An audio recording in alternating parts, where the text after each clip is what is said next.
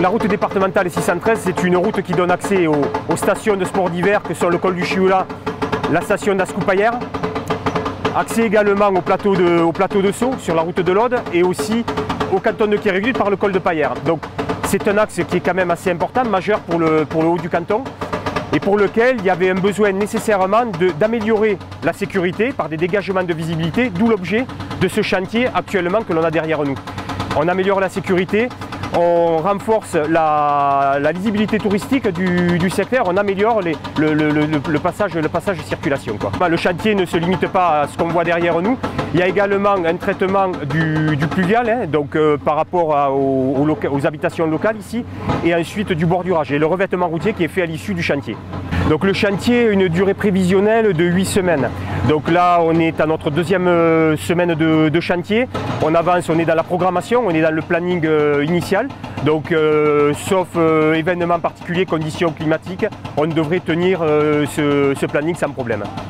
L'obligation, la nécessité de couper à la circulation sur des planches, sur des tranches horaires, s'imposait par l'emprise des engins sur la route. On le voit derrière nous, le besoin de démolition de cette roche impose un positionnement des machines sur plein axe de chaussée, impossibilité à la circulation de passer. Donc on a défini avec l'entreprise une procédure qui voulait que ponctuellement, au cours de la matinée et de l'après-midi, la circulation serait ouverte sur des tranches d'un quart d'heure pour permettre un échange très ponctuel des gens sur cet itinéraire.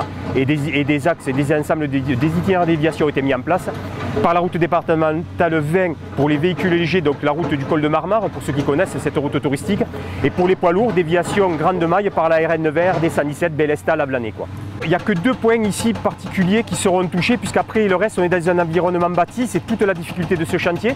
On ne pouvait pas élargir la route comme on l'aurait souhaité parce qu'on est contraint par le résidentiel qu'il y a tout autour de nous. Donc c'est ce point ici particulièrement et juste au-dessus, à 50 mètres au-dessus, où on a un éperon rocheux qui nous embêtait et qu'on va également retoucher, quoi.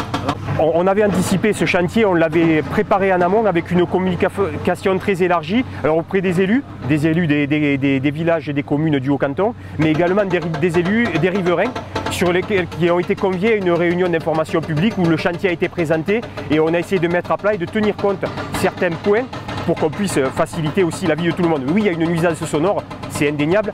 Par contre, on va essayer de la limiter dans le temps en essayant d'optimiser nos organisations de travail pour qu'on gêne le moins possible les riverains.